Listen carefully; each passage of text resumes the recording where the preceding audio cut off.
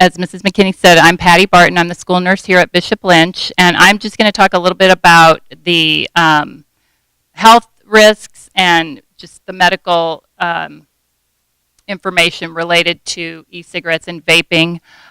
Just for people like for me, when this, I've been here 14 years, and I can tell you this was not something that was heard about in 2003 around schools, and even as recently as 4 years ago, it was not that popular, but it's really increased in use and popularity in the last 4 years. And we're seeing a lot of kids on campuses everywhere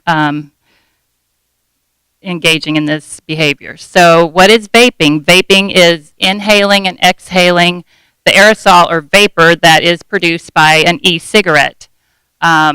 E-cigarettes look just like very similar to a cigarette. Also, the other device that's frequently used is a vaporizer pen or a vape pen. That might look like a pen that you write with it. They're brightly colored. They don't resemble a cigarette in any way, shape, or form. So sometimes it's hard to distinguish between a pen that might be in someone's backpack, or is it a mechanical device to write with, or is it actually a vape pen? Vape pens do not produce smoke. They don't use tobacco. It's an aerosol that consists of fine particles that are inhaled into the lungs, and in these particles are chemicals that change when they're heated.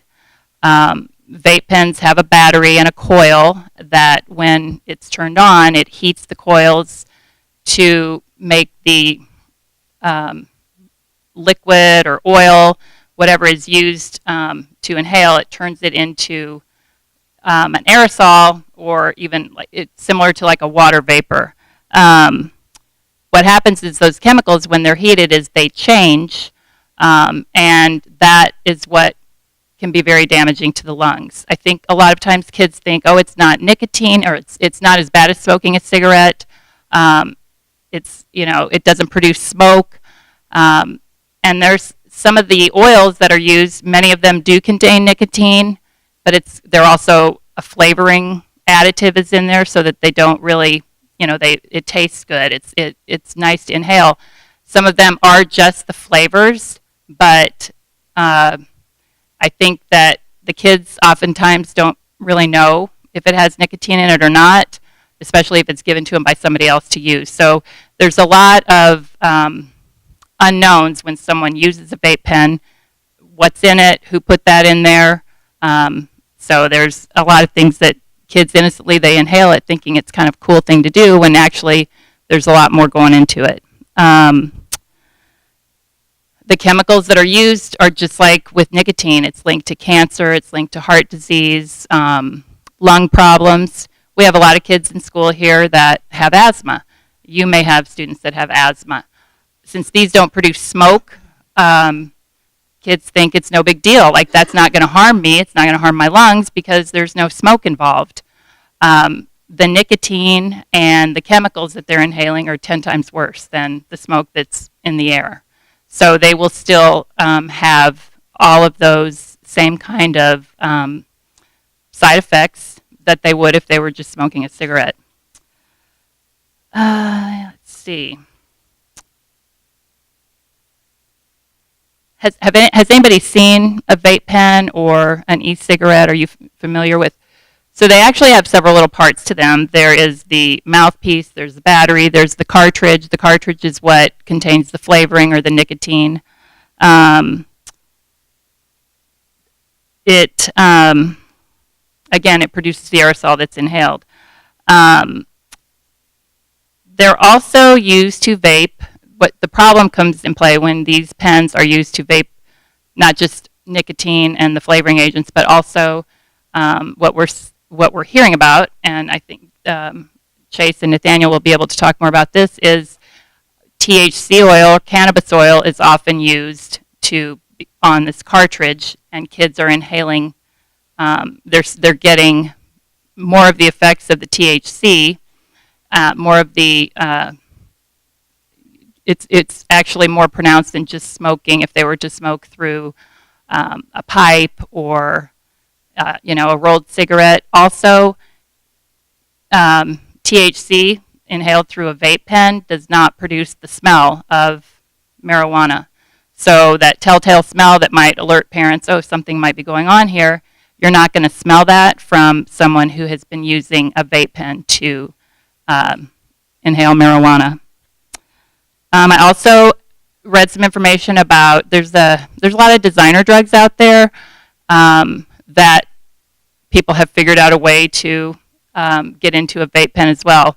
Flocka, it's a designer drug that is very dangerous, and it's very hard to, it's, how much or how little is going to work for me. And so it's a very fine line, and just a little bit too much could be a deadly amount.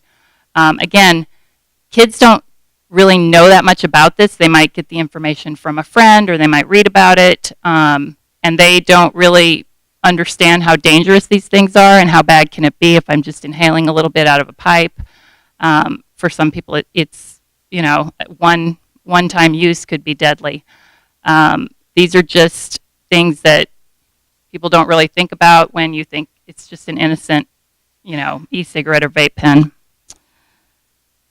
I think what we're seeing at school, and Ms. Taylor can talk more about this too, kids in high school, especially, the younger ones, they're not using these because they're not going out and trying a vape pen for the first time because, I just, I need the nicotine fix, or I want to smoke cigarettes, but I'd rather do this instead. They're doing it because it's kind of like a cool thing to do, or it's like a little act of defiance. Can I get away with this? How bad can this be? My friends are doing it. And then that leads to, doing it maybe at get-togethers outside of school, whether it be a sleepover or at an event, a school event or some other type of event in the restroom. So it kind of, it definitely expands from just like trying to do it for just like for fun, to be defiant. Then it tends to lead to more dangerous behaviors. There's also a misconception that e-cigarettes are a good way for people who do smoke to kick a nicotine habit. There really is no evidence that that's true. And in fact, what has been found is that teenagers who begin using e-cigarettes or vape pens tend to go on to become smokers of cigarettes, as they progress into their young adulthood. Kind of kickstarts an addiction at a young age for them. Nicotine in any form obviously is very unsafe for teenagers. I think when I talked at the beginning about how much this has increased too, just within a 2-year period, the reported use of vape pens increased from about 70,000 to over 300,000. And that's just kids who report it by survey. So the number is probably actually quite a bit higher. The other thing that comes into play here is tobacco companies own a lot of these. They manufacture a lot of these vape pens and the cartridges and the flavoring and the different types of nicotine that go into them, and they're marketing those online. So when your kids get on Instagram or Facebook, things like that, these ads are even though it's illegal for them to use it, the ads are targeted to the age group where it all looks very appealing, it's colorful, it's bright, it looks fun, and it's very easy for teens to just kind of get hooked into that. Let's see. I've covered everything. Does anyone have any questions so far about any of that information? Yes.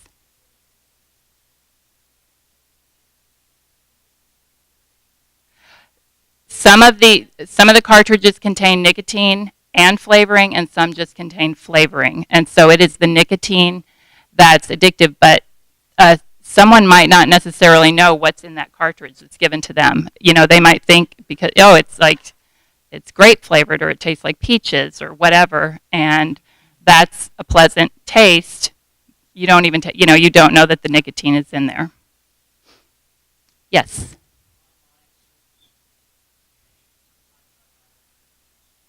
The CDC has a lot of good information. That's where I go first. You can, if you type in vaping, you will get a lot of information. I tend to go with CDC, or Mayo Clinic also has a lot of good information too. The biggest thing to keep in mind is there's just not enough information on the long-term effects.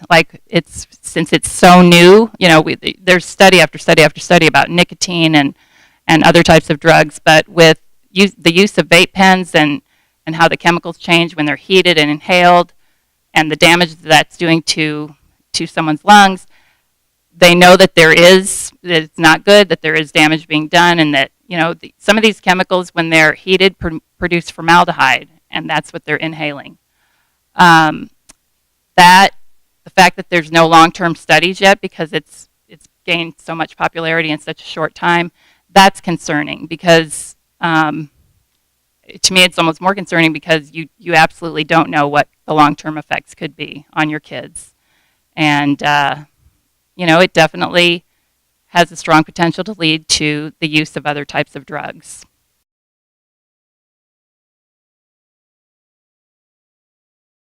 Spreading the information about the effects of vaping, letting our students understand that, first off, it is illegal. But secondly, as Nurse Barton says, that we don't know the long-term effects. And our goal here at Bishop Lynch is to let our students know that we care about them. So if they are caught vaping on campus, I bring them into my office. I, of course, call the parents. We talk about it. The actual consequence is a 1-day suspension. Okay. On that suspension, though, it's a little different, because one thing that I have added in there that they have to do for me is do a PowerPoint on the dangers of vaping while they are suspended, and it has to be returned back to me. I want the consequence to be formational. I want them to understand. As Nurse Barton said, they really don't know much about it. And so that time off allows them the opportunity to actually understand what they are inhaling, and hopefully it will trigger their mind the next time they want to, because as Mrs. McKinney says, and Nurse Barton, a lot of them are doing it just because everybody's doing it, right? Not because they really want to. And so know that we are here to work together as a family. And that is our goal here at Bishop Lynch. And I know that we are not the only ones that's handling it this way. But we want the consequence to get their attention. Okay? And so we appreciate your support and just you being here to understand more about this issue at hand. I brought a couple to show you. Honestly, I didn't know what they were. I was looking, I was like, I don't see it. They don't have any vapes in here. What are you talking about? And I get these, and we can't tell. Yeah, it looks like a small little MP3 player, but there's a little opening right here. So they literally could just be like this, and no one could ever know. Here's one example, and here's the other one, just like a longer USB. All right. These are just 2 examples. There are tons of different styles out there. And so I would encourage you to go online and just kind of see the different styles. So you won't be like me and just throw it to the side because you think it's just a little MP3 player. And only to come and find out it really is a vaping machine. So that is how we are choosing to handle it right now. I do feel like the way that we are going is in the right direction. The fact that you are here tonight learning more is in the right direction. Administrators can't do it alone. Teachers, staff can't do it alone. It will take all of us to continue to be vigilant on knowing what our students are into and what they are doing for their benefit. You know, they're at this age to where they're invincible, right? But we know that that's just not true. And so it's our job as the adults to make sure that we are being mindful and really watchful of our students. So that is why we are going to the consequence that I said before. I am always here. You guys can call me, email me, any questions, any concerns. If you hear any tips, I won't blurt your name. I promise. I won't say, well, Miss Jones told me that's your daughter. I won't do that. I promise. But if you do hear anything, please do not hesitate to contact me. Because as I said, we are all in this together. And that's all I am going to say. I'm going to turn over to our guests.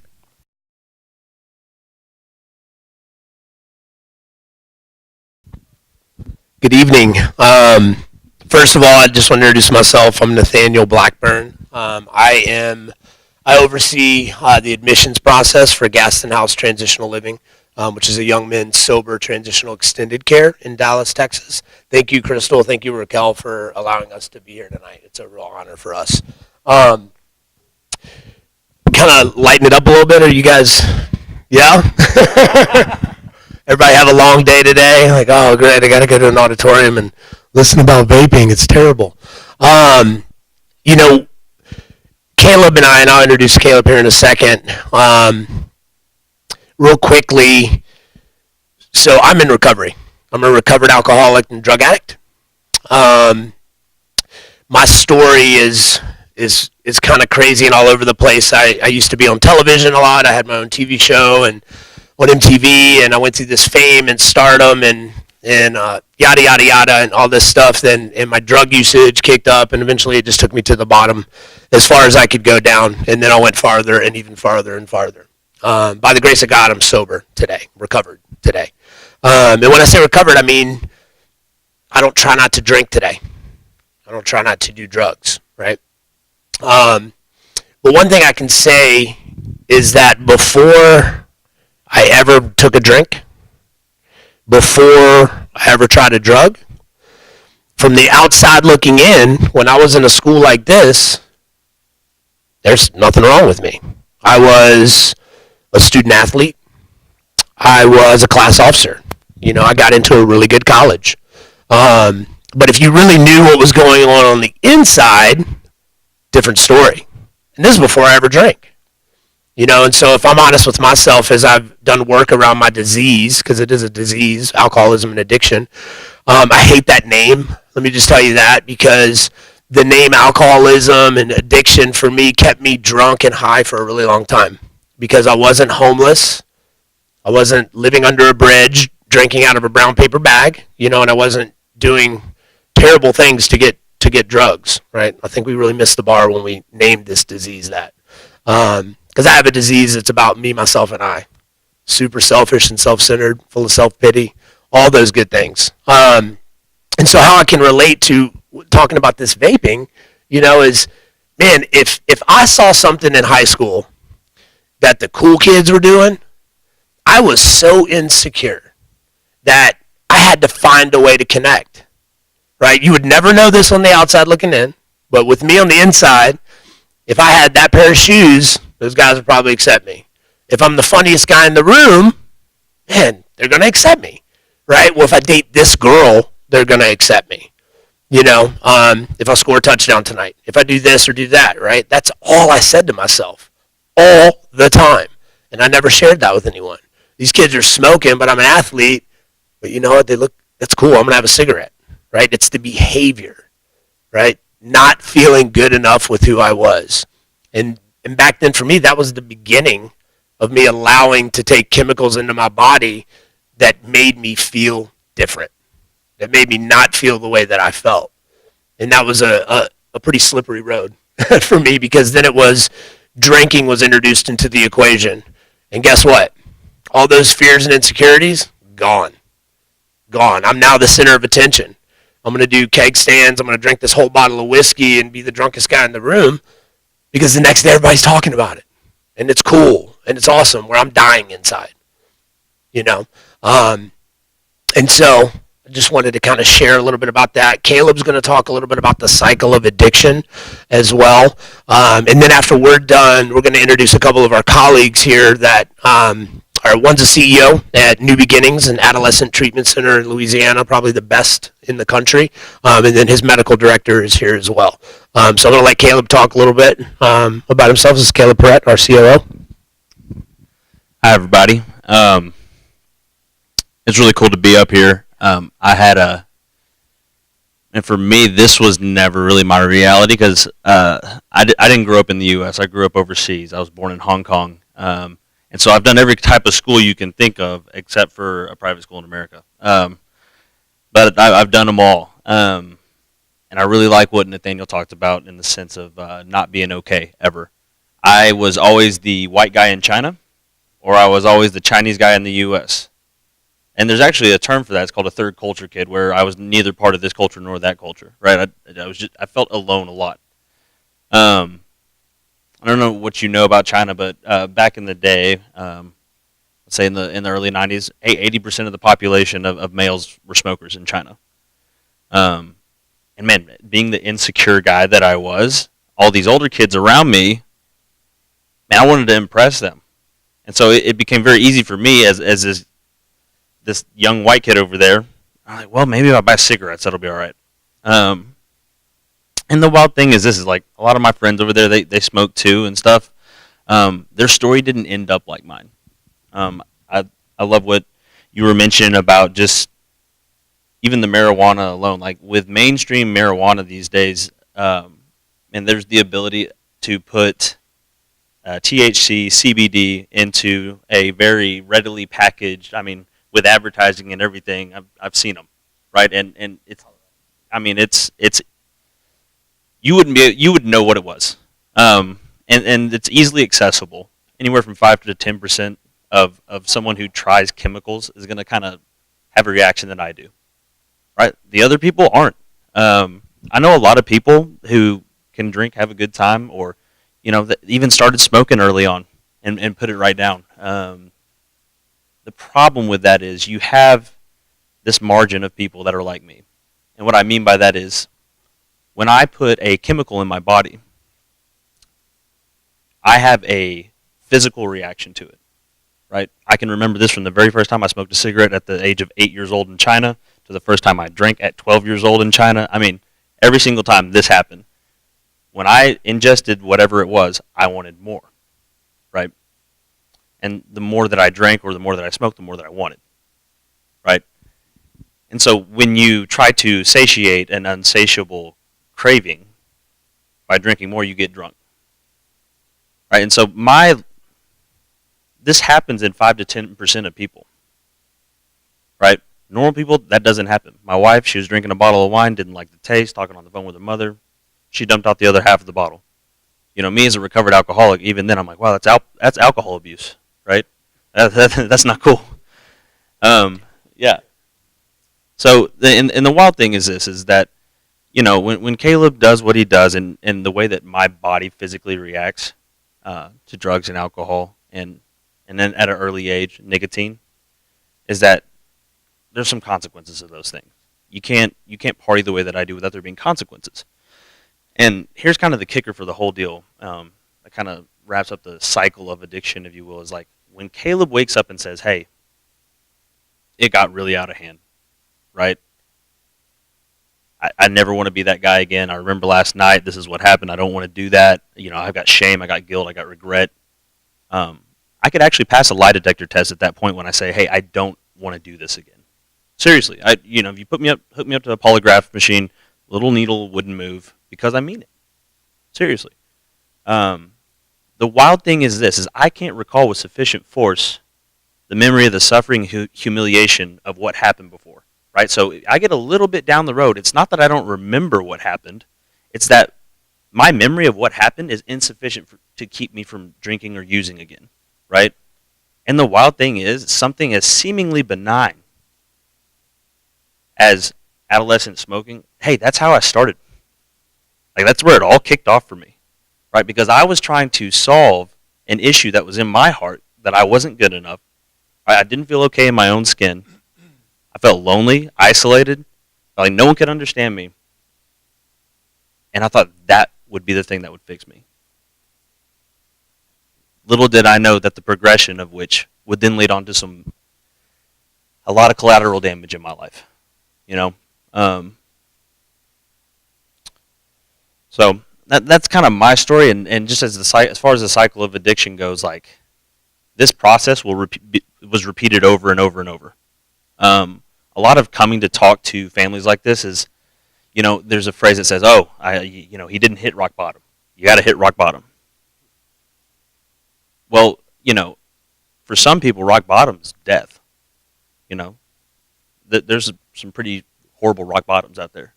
Some of what I think, you know, we can do in helping bring light to this subject matter is going, hey, why don't we raise the bottom? Right? Let's talk about this before it's way down here. Let's talk about it while it's still up here and do something about it. So, with that said, I'll turn it over to you, Bub. You know, the reason we were really excited to come here and speak to you all and talk about the cycle of addiction, just talk about the vaping and share a little bit of our stories too, is, you know, back to the idea that how the disease was called alcoholism and addiction.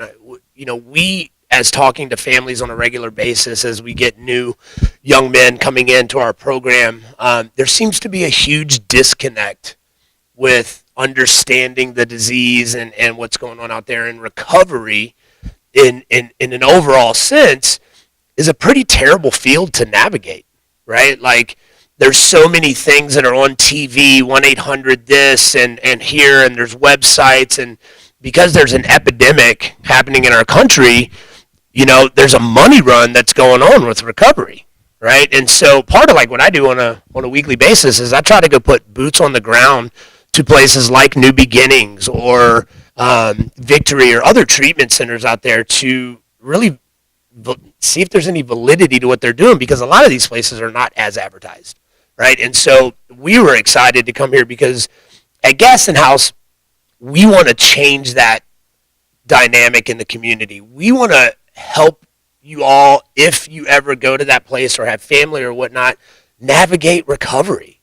Right, and get your children to the places that they need to be, if that's what they need. They might not need that either, you know. And so we're excited to moving forward here. If there's anything that we can do on a personal level to help answer questions that you have as you move forward in life, whether it's family members or whatever, you know, that's our hope. Our hope is that we can, you know, bridge the gap there and just be a resource. Because, you know, like for Caleb and like myself, I mean, it started with that nicotine for me, you know, trying to take something out there to make me feel okay in here, which worked until one day it didn't, you know, and then that's where the abuse and stuff comes in. So we're really grateful to have this opportunity. What we'd like to do now is just answer questions, you know, from the vaping to drinking to whatever it might be. We're going to bring a couple of our friends up on stage here that work in the adolescent field as well. First off, we have Chase Glenn. He's the CEO of New Beginnings. New Beginnings is one of the best adolescent residential treatment centers in the country out in Louisiana. And then Craig here is his medical director. And both of these guys are guys that Caleb and I lean into in this ever-changing market of recovery because they've been doing it for a really long time. I know he looks like he's 12, but he's really 75. The air in Louisiana is wonderful.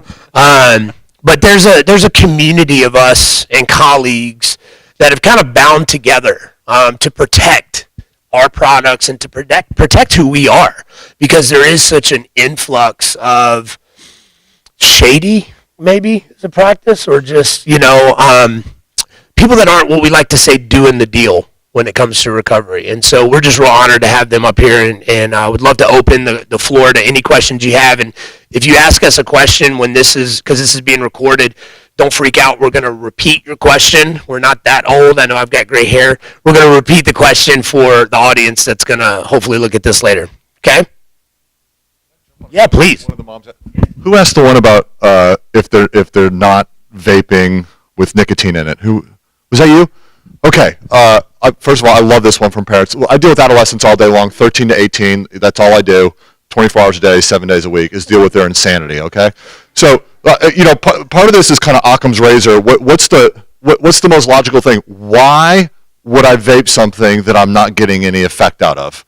Right? So, that's one of their excuses that they're going to say is, but Mom, there's nothing in it. I just like the taste of Fruit Loops and milk. And if you've ever tasted them, if you know anybody that vapes, try it. It tastes like candy. Everything is geared towards children with it, right?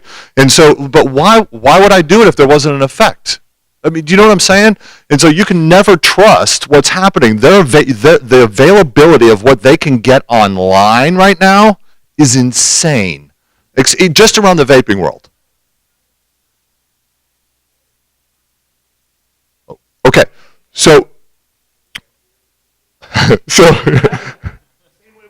yeah, exactly. I was going to say the same thing. I used to pay the bum on the corner in Chicago, right, to go get mine.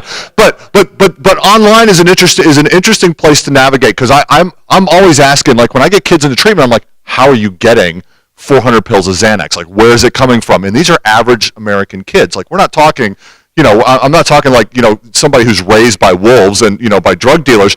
They go online and they figure this stuff out. Like, or they get P.O. boxes. Or they ship it to their friend's house whose parents aren't home. I mean, do you see what I'm saying? Like, they're very sophisticated around this, right? And so it's something that it just in general, when it comes to this stuff, pay attention to, because you think it's about the proprietor down on the corner at the vape shop. No. All of these shops in Washington and in Colorado, they all have an online presence. You think they don't? Right? And they figure that out. And then there's the whole subject of the dark web, which is a whole other thing. But I mean, there is a there's a layer of this here. It's like, always go back to what's simple. Why would you be using a vape if it didn't give you an effect? There's no, it doesn't make any sense, right? They want, right? It's just like when we were kids smoking, same thing. So anyway, I just wanted to jump on that real quick.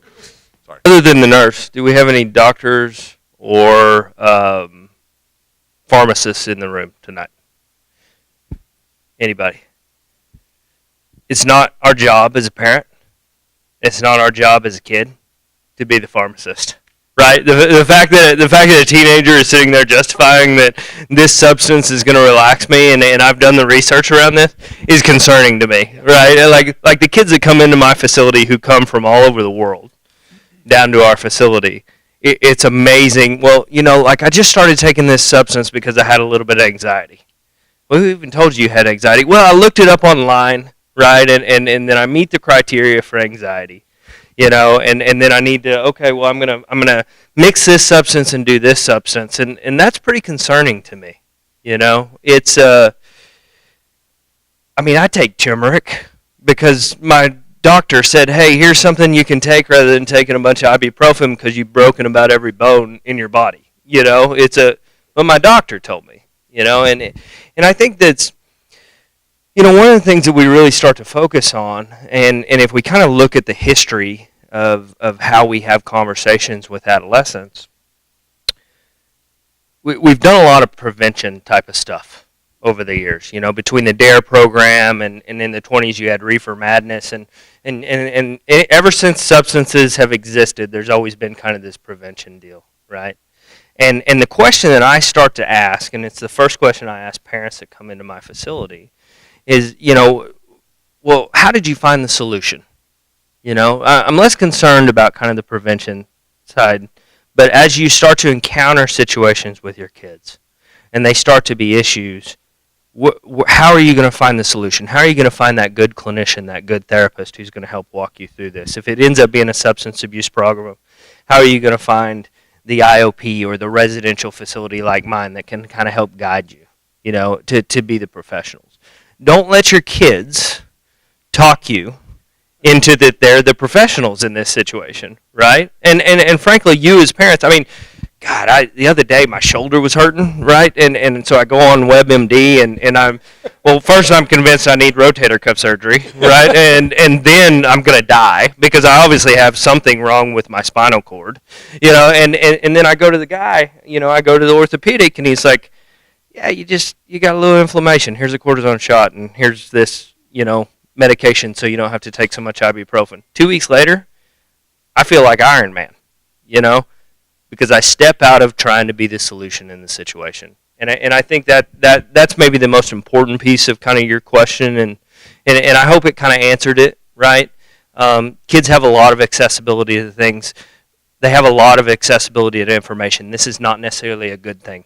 The fact that we can Google and then we think that we can get solutions when we're not getting solutions from professionals, people who see this on a daily basis and deal with these kind of situations. And we turn into those pharmacologists, we turn into our doctors, can kind of lead us down a pretty dangerous road. Yeah, there's another thing. I mean, we dealt with this the other day called Doka, and so it's a spice that kids can buy. Yeah, it's just like super duper strong tobacco, but it produces a sense of euphoria.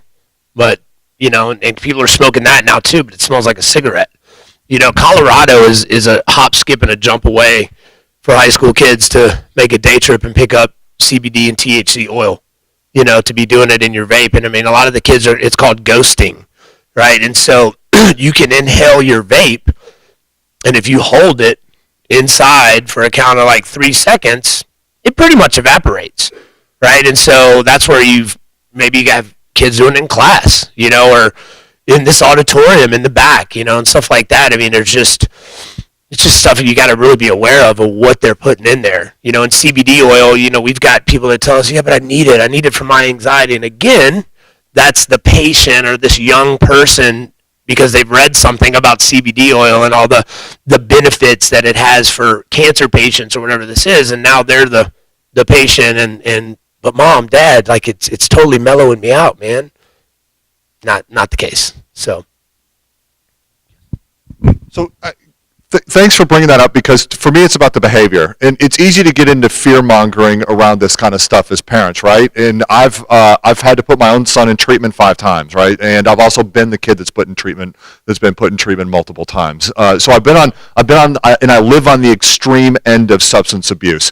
So it's easy, like I know, like we could, and we're all extreme examples of addiction and recovery sitting up here. I mean, we're the kids you don't want hanging out with your kids, right? I mean, we're them. Here's the interesting thing. I'm a former Catholic seminarian, right? So I spent 6 years in the Catholic seminary, 4 years high school, 2 years college, right? I was a Boy Scout. Everything was like, I mean, everything that should have been markers for me to be successful was there. Former United States Marine, right? Like I've got it all. And despite that, I still became an addict, right? And this is when we talk about the behaviors, this is important, because there's about 10% of the population across the board. In some areas it's 8, some it's 12, but right around 10% that have got the bug. For whatever reason, when we start, we don't stop. Like my drug of choice is more, And this is the thing to be aware of. So there is normal teenage experimentation. And none of us are going to sit up here and say, of course we're not going to say vaping is good. Like, I mean, is vaping the worst thing in the world? Probably not. But at the same time, it's illegal if you're under 18, so you need to follow the law. Like, I get it. But what you want to be careful for is if you happen to have a child that is part of that 10%, right? And that's where the behaviors come in. Because I'm less concerned about the substances at high school age as I am about the behaviors, right? So I'm more concerned with patterns than individual instances, right? So I like to look at patterns of behaviors. Like teenagers are going to do boneheaded things. That's what they do. Like, they're not always going to be perfect. Like, I get that. But, it's like, how extreme are they? Are they always pushing the envelope? Are they always trying to find a way around things? Are they looking for the silver bullet? Are they looking for the easy way out? Is everything a drama? I mean, there are certain things that should make you go, oh yeah, we need to talk about this. And we need to sit down and have a conversation with a professional about it. And here's why. Because if you can interfere with this early on, it's amazing, and we help. All of us, our entire lives are dedicated to helping young people find recovery, because when they get it, it is so cool, right? There's nothing worse than dragging it out into your 40s till you lost a couple marriages and a couple careers and everything else, and then you decide to get sober, right? It's like, but when the kids do it, they do amazing things, and there's a lot of support for kids that happen to fall in that 10%. There's great collegiate programs. It's major universities now that are really supportive of being sober. And so identifying the markers early, working with guidance counselors, and because I tell you who's going to see it, it's the schools, right? Your school sees what's going on because your kids know when they're around you, you're the authority, right? You know, they're going to look good. I mean, that's what I did. I looked good in front of mom, you know? But as soon as I got out of school and I got away from mom, right? I mean, your teachers, your counselors, the people that work with your kids all day long, their friends even, right? They're the ones who see the behavior. And that's why it's important, right? It's like, can we just identify, does it seem like it's like, why do they just keep picking at this? Why do they keep trying to go around me? Or, don't vape, like you get caught and you're like, okay, I'm not going to vape. But they keep doing it, and then you keep finding more stuff, right? And then, like things start escalating. When things start escalating, it's time to step in, because I think as parents, and I've done this, and I have a lot of letters after my name that say I know a lot about addiction, where it's like the denial thing comes up. Not my kid. He's a good boy. No, the apple didn't far fall from the tree, believe me. And, it's like, but it's like if you can step in and you can intervene early and you can intervene effectively, they go on to have really cool lives. If you feed the denial, if you feed the beast, so to speak, they will take off and it will morph into something that you're just like, how did this ever happen? But that's it's so amazing. I saw a kid that went through our program who no program would take him, right? Like, so no, he needed to go to treatment. He had a lot of mental health issues, and he had a lot of substance abuse issues. No other program would take him. We took him in at New Beginnings, and we sent him to Gaston House, right? And I saw him today, and I'm just like, wow, like alive, well, kicking butt, taking names, like, being effective member of society, all that stuff. And that's because the parents had the courage to kind of step in and go, okay, it's a problem. But not every kid is a problem, and that's something to remember, right? Don't get caught up in the fear-mongering around this, because that's something the industry wants you to believe, right? Is that, every kid, no, not every kid does, but if they do, it's okay, and there's help available. So I just wanted to throw that out there. That's a great question. So when I explained the cycle of addiction, I did it from from my side of the coin, right? What I didn't talk about was how there's another side to that coin. So depending on the kid, depending on what it is, hey, failed drug test, yeah, maybe I'm just smoking a little pot and it got out of hand, it got caught, I had some consequences. Hey, I'm not doing that anymore, right? But for me, the consequences would pile up, and yet I would continue. Like he's talking about, the drama would continue, right? And what I find is, for parents is, yes, we need to be vigilant on that, right? There needs to be consequences instilled for things that happen, right? What we need to watch out for, though, is, hey, if I'm perpetuating this cycle, right? If I need little Tommy to be okay, and I keep buying his BS, even though I have all these drug tests, like he's going back to the same stuff, and the cycle is happening, right? And so some of it is on the front end, putting some boundaries in place and being firm on them, right? Hey, if he is leaping across those boundaries, that's something to look out for, right? Normal people maybe bang their head like once on the wall, and they're like, you know what, that wasn't fun, I'm not going to do that. People like me, I would bang my head through the wall over and over and over. And I think from the outside looking in, like when he's banging his head against the wall over and over again, just like I did too, people are just baffled. Like, why is he continuing to bang his head against the wall? For the one-time drug test fail, like I love what Craig said. I mean, kids are the reality is experiment. I mean, we all experimented, we did, right? It's like, hey, is there dishonesty after that, right? Like, so I failed a drug test, man, I'm in super trouble. Like, oh my gosh, I'm not going to do that. Given enough reason, a normal person or a hard drinker or whatnot, well, they'll just walk away from it. Like, they touch the fire, it's hot, it burns their hand. They're cool with that. Though. Like, I'm not going to touch the fire again. It's the ones that go back in there and it didn't burn that bad again. And it's looking for, I love the markers, like you say, it's the dishonesty. It's the shadiness. Once I got away with my first real manipulation and lie, I was like, whoa, that was easy, and I got away with it. Huh. I felt bad for a second, a little bit, but I got away with it. The next time it was easier to manipulate. The next time it was easier to lie. And then that just continued, and it became like second nature to me. But on the outside looking in, as I said, we're pretty okay. I was the kid you wanted your kids to hang out with, honestly, because to you I was Leave It to Beaver, I was Eddie Haskell, but behind the curtains that was not the case. So I don't know that too strict, not strict enough is necessarily the issue. We will tell you that there's a big genetic component to this, but I'm also the only addict in my family, right? There's no other ones that I know of that I can find at least. So, I don't know. But if you guys start walking on eggshells around this, you're going to stop being effective parents, right? So if you guys get into the fear bit of this, it's like, okay, am I too strict? Am I not strict enough? You start second guessing yourselves. Just parent your kids. Right? Do what normal parents would do. Because I think this goes back to the question that you guys asked earlier. It's like, well, what do I do when I get a positive drug screen?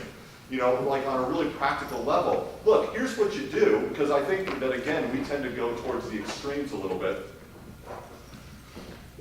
I still want to rap when I get a microphone, sorry. All right, like on a practical level, guys, right? Here's the facts. The facts is the pot that your kids may or may not be smoking right now is a lot different than we were smoking in the 80s, okay? Right? It's 40 to 100% more powerful. So it bears your consideration, not your overreaction. Does that make sense? Right? So if I get a positive drug screen, I'm going to be randomly screening. Right? That's what I would want to do. I want to do random screens throughout the year, especially in the summertime when they think they've got it off, right? I want to know if they're going to continue to use. And then, especially if they're popping on a drug screen, like it might behoove you just to go get a one-on-one, assessment done. Just take a look at it. See if something else is going on here. Because one of the things we find, as we hinted on in the beginning, is that kids are self-medicating, right? So the pressure in school, right? Especially with the girls I'm seeing now. With the girls, they talk about the pressure, so they want some way to medicate it. So they get on the Google, right, and they start trying to figure it out. And it's like, oh, Xanax, right? And so they start introducing these things into their life. So around the parenting piece, do not walk on eggshells around this. Do not let this stop you from being an effective parent. But because I see this, I see parents all the time where they get so scared that they stop parenting, but they're trying to parent, right? It's really ineffective. So I don't worry about like you guys seem like I don't know if there's any parenting problems going on in here, right? And the fact is that again, there's about 10% of the population across the board. Doesn't matter socioeconomics or anything else. Once I put a substance in my body, I'll have a different reaction than everybody else. Look, and I'll give you kind of a funny example, okay? My sister is not an alcoholic or an addict in any way, shape, or form, okay? Every New Year's Eve, her and 4 of her little girlfriends, they get together in Aspen, where she has a condo, okay? They get a gram of cocaine, they get a bottle of champagne, and they have a little fun for an hour, then they go out and dance all night, okay? They never go buy more cocaine. They never do anything else. Like they kind of have like this, whatever. I mean, it seems fun to them. You put me or any of us in that situation where you put a gram, I do a line of cocaine, we're emptying bank accounts, we're checking into a hotel, and I'm going to disappear for a week, right? Again, this is kind of that extreme example, because as soon as you put a substance into me, it has a different reaction. So if you don't have one of those 10%, then you don't have to do the overreaction. But consistent boundaries is really important, though, because I think that's what the teenagers need, right? It's just that consistent, constant boundaries as they head out the house. Because guess what? You think high school's problematic? Wait till they get to college, right? So that's what you're preparing them for. Is like how do we make healthy decisions, and also how do you not make it so taboo that they don't want to talk about it? Because some parents will make this such a problem that they no longer want. It's like the kid. I'm not going to talk to you about this. Look at how you react. So. I got you. Oh, yeah. Sorry.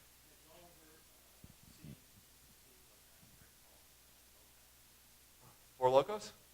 Four Loco. Or look. Oh yeah.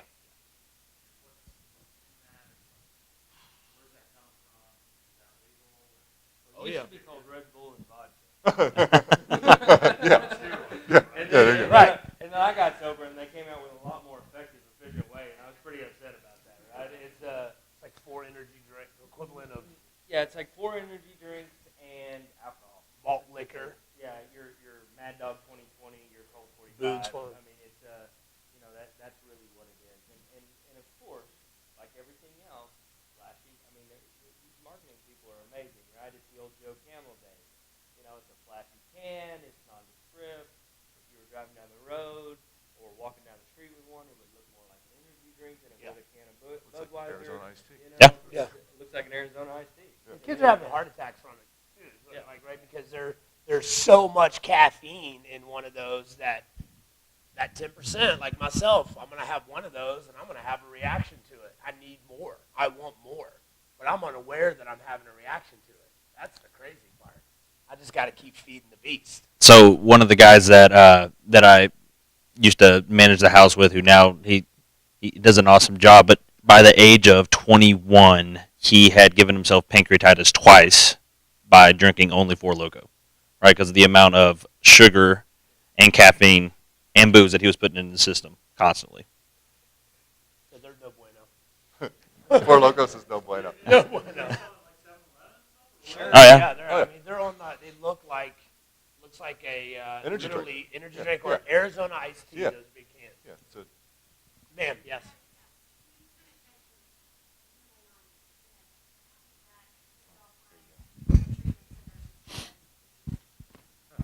okay, so the following is an opinion, okay? The following based on my experience, all right? There are lots of different views on this. If you were to put 10 people in my position, across, from different programs in America and put us on stage, you'd probably get 10 different answers, okay? So I just need to own that, all right? So here's the way I look at it. Is I look at it as we've got this bucket, and in this bucket, you put a little bit of genetic predisposition, you put a little bit of nature versus, nurture, kind of environmental stuff, and then let's not overlook, let's add what kids are exposed to media-wise today. All right? I mean, what has just inundated them from music to TV to internet to their accessibility to be able to experiment just on YouTube without actually ever picking up a drug, right? I get kids that figure out how to shoot up heroin online, right? Like they're watching YouTube videos on it, right? So so I look at it as there's all these drops in a bucket of different things, right? And then it kind of spills over and it's like, okay, I'm part of the club. I'm an addict. You know what I mean? So I think that genetic predisposition has a big part to do with it, but I don't think it's the only thing. Because sometimes what you find is that the genetic predisposition doesn't necessarily come out as alcohol and drugs. Let's look at the other behaviors that come out. Sex addiction, eating disorders, gambling. I mean, I'm seeing higher and higher rates of gambling of young high school boys right now online. I mean, it's kind of scary, right? What are some of the other behaviors that come out?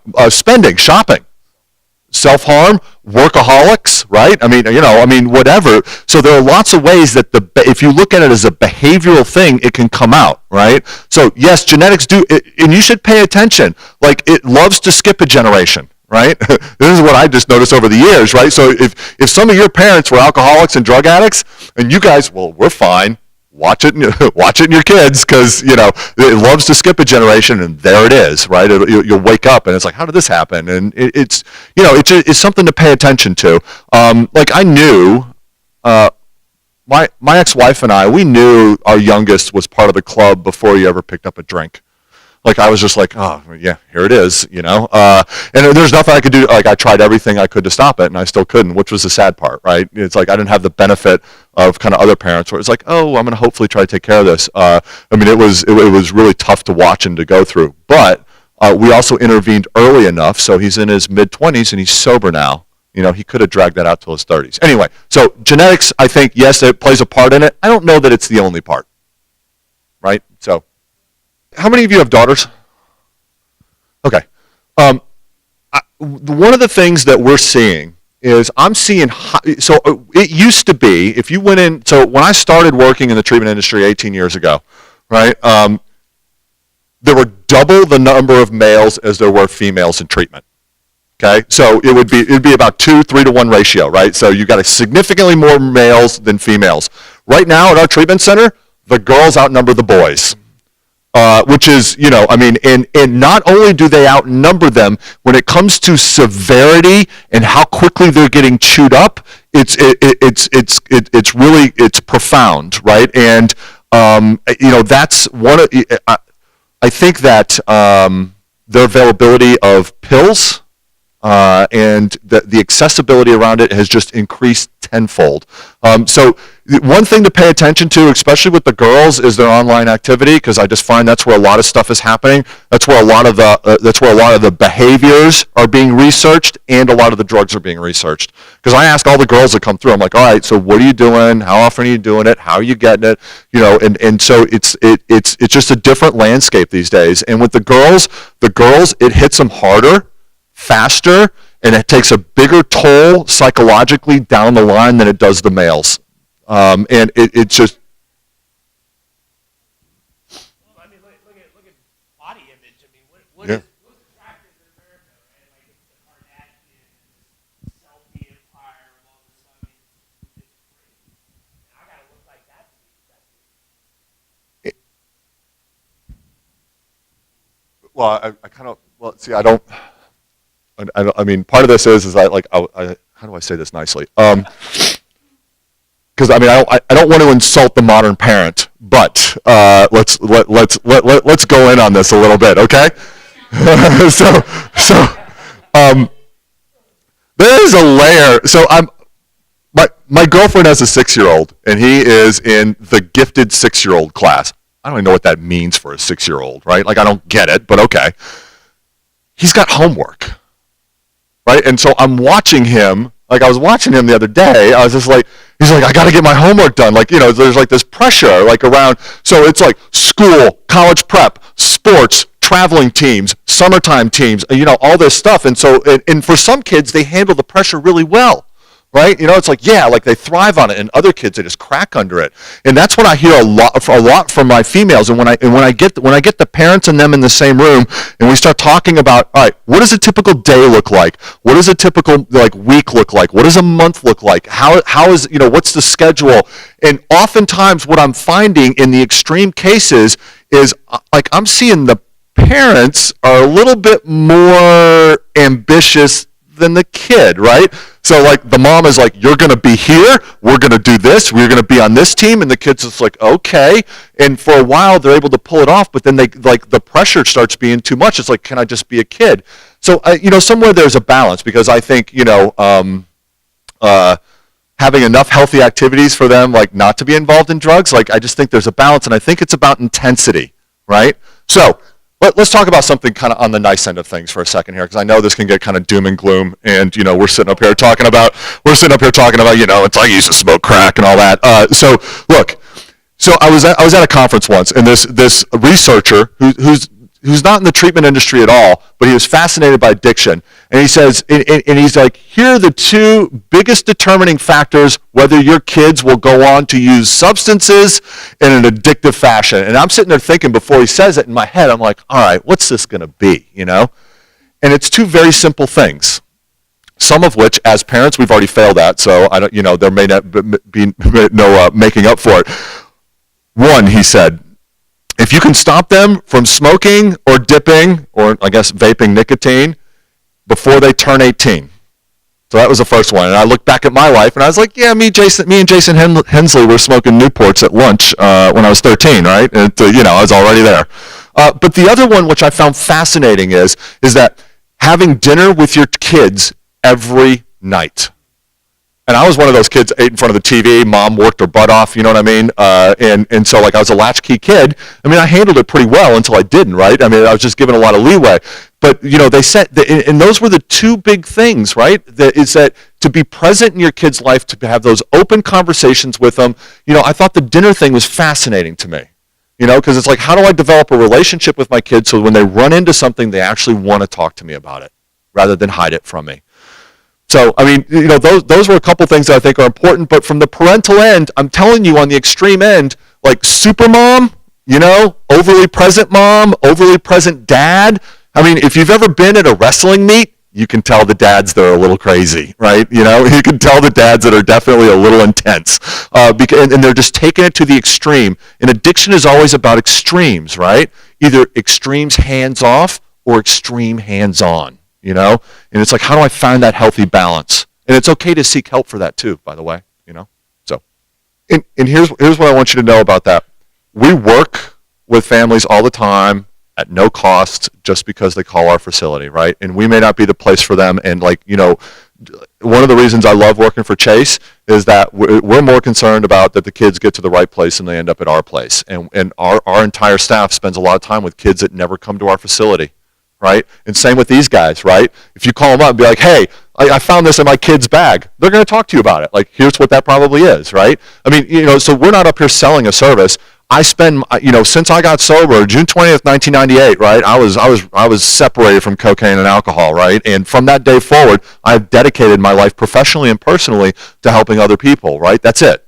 That's all we want to do is be helpful. We are not here selling our programs, and I want to be clear with you about that. And so if you were to reach out to us, we got some business cards, but if you ever want to email us, call us, have a conversation, we're always going to, that's what we do. Yeah.